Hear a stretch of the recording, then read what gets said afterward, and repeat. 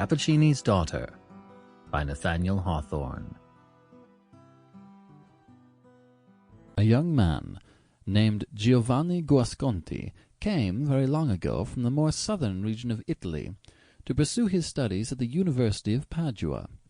Giovanni, who had but a scanty supply of gold ducats in his pocket, took lodgings in a high and gloomy chamber of an old edifice which looked not unworthy to have been the palace of a Paduan noble, and which, in fact, exhibited over its entrance the armorial bearings of a family long since extinct.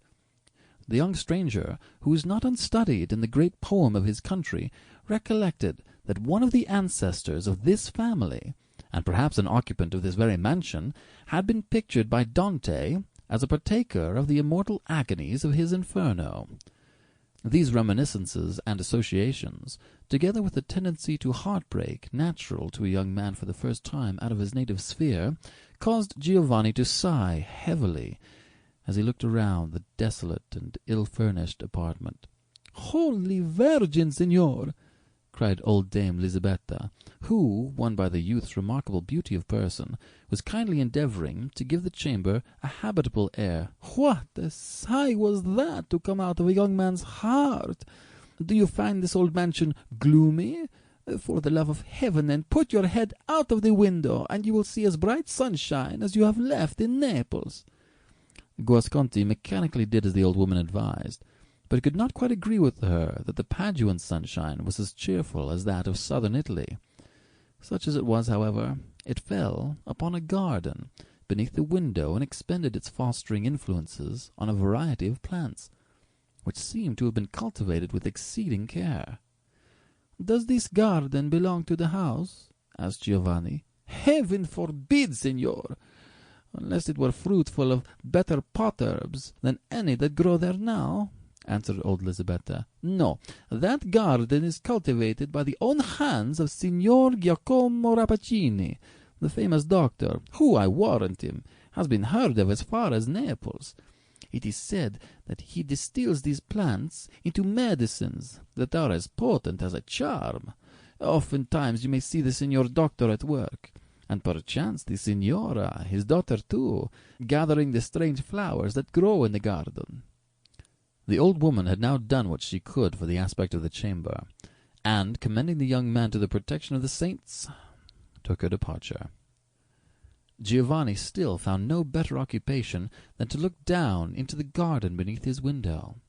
From its appearance he judged it to be one of those botanic gardens which were of earlier date in Padua than elsewhere in Italy or in the world. Or, not improbably, it might once have been the pleasure place of an opulent family, for there was the ruin of a marble fountain in the centre, sculptured with rare art, but so woefully shattered that it was impossible to trace the original design from the chaos of remaining fragments. The water, however, continued to gush and sparkle into the sunbeams as cheerfully as ever. A little gurgling sound ascended to the young man's window, and made him feel as if the fountain were an immortal spirit that sung its song unceasingly and without heeding the vicissitudes around it, while one century embodied it in marble and another scattered the perishable garniture on the soil. All about the pool into which the water subsided grew various plants that seemed to require a plentiful supply of moisture for the nourishment of gigantic leaves, and in some instances flowers gorgeously magnificent. There was one shrub in particular, set in a marble vase in the midst of the pool, that bore a profusion of purple blossoms, each of which had the lustre and richness of a gem, and the whole together made a show so resplendent that it seemed enough to illuminate the garden, even had there been no sunshine. Every portion of the soil was peopled with plants and herbs, which, if less beautiful, still bore tokens of assiduous care, as if all their individual virtues known to the scientific mind that fostered them. Some were placed in urns, rich with old carving, and others in common garden pots. Some crept, serpent-like, along the ground, or climbed on high, using whatever means of... Sample complete. Ready to continue?